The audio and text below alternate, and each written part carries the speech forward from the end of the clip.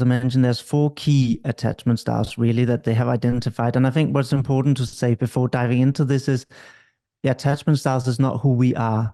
And also Mm, there's a good reason for why we have these attachment styles. Because when people often hear it, they start blaming themselves and they say, oh, that's me, I'm faulty, etc., etc. And I think it's important to just say there's absolutely nothing wrong with people, even if they have an attachment styles that might be more challenging to live with and interact with other people.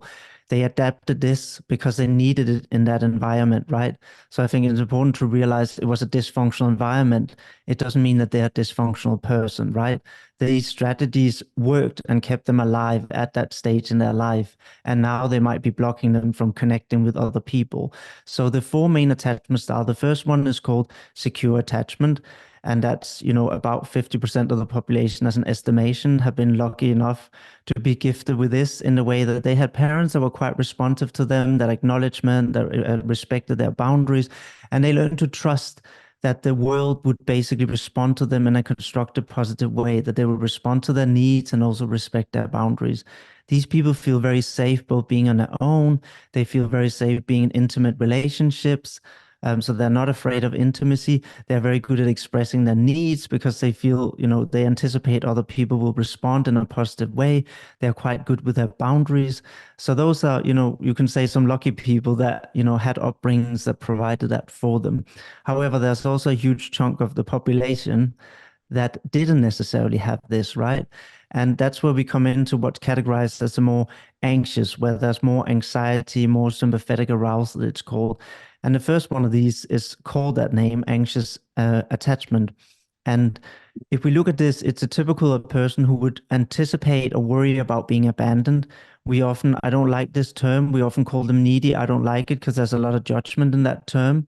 So I really want to get rid of it because actually, again, as I said, these strategies that developed kept them alive and were really suitable at the time of being a small child, right? So they might have had a parent who left them, maybe the dad left, whatever it might have been, that created this anxiety, right? That the person would suddenly leave, and that can often lead to that they're very critical, that they really need constant validation from their partner. Um, and often they tend to ruminate a lot, they tend to people please a lot because they have learned as a strategy, which is a fawn response, that to keep people liking them or engaging, they had to people please. And these were strategies they had to apply as a child. So there's a good reason they have them. But it often means they experience a lot of anxiety because they often worry about being left. They will often think, oh, my partner might be cheating on me or etc., etc. And they often do a lot of rumination if they go through a breakup, meaning they keep thinking and thinking, what could I have done different? And they tend to self-blame as well. So they will take on mm, all the blame for what didn't work out, instead of maybe what a securely attached person would have a bit more of a balanced view. And they wouldn't ruminate for so long. They would say, okay, I made some mistake, this person, and then they would move on with life. Where the anxious tend to ruminate for a long time. They might still a year later be ruminating, what could I have done different, right? mm, Um, and that can be a very challenging attachment style to obviously live with for these reasons. And they also really struggle being on their own. So they tend to really quickly need to try and find another partner because they mm, regulate their nervous system through other people. They didn't learn to self-regulate very well. Then we have avoidant attachment. And we often say this is men, but I just want to be clear, it can be any gender. These are not gender-based. Um, and avoidant attachment, if you remember, there was this whole time where we said to parents, just leave your children to cry in a crib. Don't attend to them when they cry, because then they won't learn to become independent. We now know from research that this was horrible advice, because what happened was that that child's nervous system got so dysregulated when it was crying, crying, and the blood pressure was going on, that at some point the child internal system already knew that it was in danger, because if it continued, it become so dysregulated, it would become harmful. So it had to shut it down. And what it did, it is shut down its need, and it learned people are not going to respond. I'm on my own in this world. Yeah. And a child can't make logical sense. So this just happened on an emotional, neurological level. I'm on my own. mm, And that's what you see in avoidance. They don't like intimacy. Anything that's too close, mm, they talk constantly about individualism, right? They really glorify and value when they're stressed, they want to be on their own because they have learned to the opposite of the anxious attachment. They learn to regulate only themselves and only trust themselves. And you can also think that why do they not want to be vulnerable in a relationship, well, it makes sense if as a small child you learned that nobody was going to respond anyway. Why would you put yourself out there at risk of being vulnerable, right? So they tend to not trust other people that much. They trust themselves more, but not other people so much. Um, and again, they tend to find it hard, as I said, being in intimate relationships, etc. Then we have the last one, which is a mixture of these two at a very extreme spectrum. So it's attachment style most closely linked to trauma, and it's what's called disorganized. And they tend to show up first in a very anxious attachment style, meaning closeness, closeness. They want closeness all the time. And then when they get that closeness, they panic and they become the avoidant at the extreme scale and they push people away completely because they obviously had trauma very early. So they needed their caregiver, but they were also afraid of their caregiver, right? And that creates this really complicated, difficult dynamic where they really get stressed and anxious and want closeness very quick, very intense. But when they get it, they panic and they run away or they push the other person away. And it can be very difficult to live with that attachment styles. But luckily, we can help people if they come into therapy, etc. And I know this is something you develop, a lot of this is developed in childhood, but is it something that if you have awareness, does it change, or is it something that can change over time, or you just learn to understand and deal with yourself from that perspective? It's a really good question. And this is why, luckily we are not defined by our attachment style. And luckily, we used to think that the brain developed for a certain amount of years and then it was kind of just how we were. And while certainly we do become more rigid, we know that the brain is plastic, meaning it can develop new connections throughout life. It doesn't end in childhood. It just becomes less so in adulthood. So yes, and we also know from research that we can change attachment styles and also seen this in practice. However, what often need to are required is that the people who maybe have more of these anxious attachment styles, spend time with people that have more secure nervous system, calm nervous system, regulated nervous systems, because the people we spend time with has a huge influence on our nervous system, right? So if we continue to spend a lot of time with other people that are very dysregulated, we are unlikely to rewire our own nervous system. And with the right awareness and with the right help, you can also see, even if two people are together that have some of these anxious attachment, that actually together they can break that dynamic through awareness. They can notice, oh, we're going into these patterns again. My presumption is that you're cheating because you didn't call me for an hour, but actually I'm now aware that that's just a presumption. What is it actually I need so I don't go attack my partner, right? Which tend to create a conflict and then pulling away. Then maybe instead I can say, you know what? I felt really insecure tonight when I didn't hear from you. Would it be okay if you check in with me when you're out with your friends? And that will get a very different response, right? Than the Mhm. anxious attack that might come out in blame or accusations, etc. So yes, with that awareness, we can start changing that dance to a very different dance that's more secure.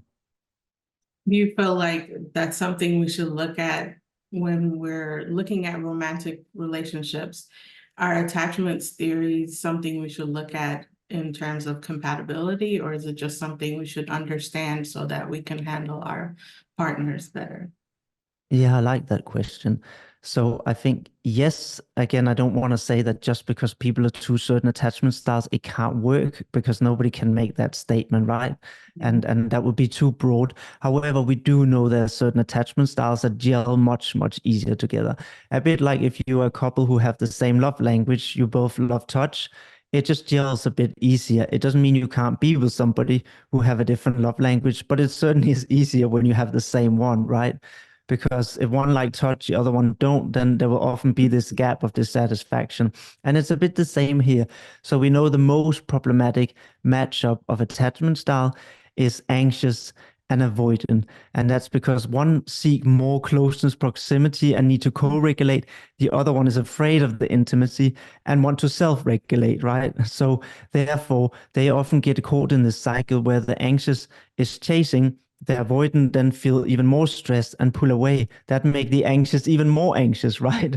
Because it Right. validate, oh, I'm gonna be abandoned. Then the one get, oh my God, I'm gonna be even more, smothered. And then they pull away even further. And the cycle go on and on until they both feel so helpless. and not met, that they, come into a therapy office or they leave each other. So this is definitely the most challenging dynamic and the one we see most often in couple counseling. Mhm. So how do you incorporate these theories into your couples counseling? So there's a few steps that you normally go through when they come in. First is to try and identify what is this cycle. Because, I really like the terminology if you imagine it as a dance and we are out on a dance floor, right? Mhm. And maybe in the beginning we're falling in love and we're playing the same tune, the same beat. So it kind of flows, right? We're moving around and it feels good, it's fun.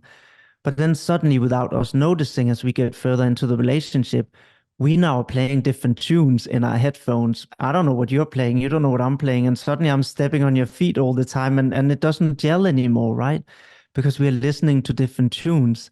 And that's what tend to happen. So we first understand what is the cycle, because there's, about three cycles that people get stuck in, and they pretty much always fit within, one of these cycles. And when we identify, what we can do is we can externalize enemies. So instead of them making each other the enemy, which is what happens when they come in, he's so bad, or oh, she never did the dirt, he criticized me, and they're stuck in this pattern, right? Then we can slow that down and say, look, there's nobody here who is the bad guy or the bad woman. It's this dance that's the enemy. And then that makes it easier for them to come together and feel now we're a team against this external thing that is not working, that's ruined. So that's number one. Then you kind of deepen, because often people are not even in touch with what are these core attachment needs. It tend to come out in blame or withdrawal or anger, whatever it might be, right? Because we're not aware what is actually, and it might be the typical argument, oh, you didn't take out the bin, and people come in and think that their relationship is falling apart over a bin. It's never the bin that's causing the relationship to deteriorate. Is that maybe he didn't hear that underneath what she actually needs is she's feeling alone. She feels she's doing everything. She feels, and that's an attachment need, right? We have a need to feel I'm here with another and I'm not alone in this world and I'm valuable. So very often, because people aren't aware, they miss that. And what we then help them is become aware, what are these underlying attachment needs that you actually need? Because it's not about that he forgot the bin, right? That's not why you're throwing your marriage out the house. So it's because of this, they feel somehow alone, both of them, right? And when they can then understand that and communicate that in a vulnerable way, because we help obviously make that safe in the room and make sure they don't get attacked when they do, then suddenly they can start hearing each other, what their actual needs are. And when these attachment needs are met, we get what a small child who has secure attachment, they express their need, they cry, mommy or daddy come and give them food or blanket, child calms down, right? Because the nervous system is, oh, I have responsiveness. That's what happened with adults too. So when these core needs are met, the nervous system calms down and the fight, the conflict, they stop because they're no longer necessary anymore.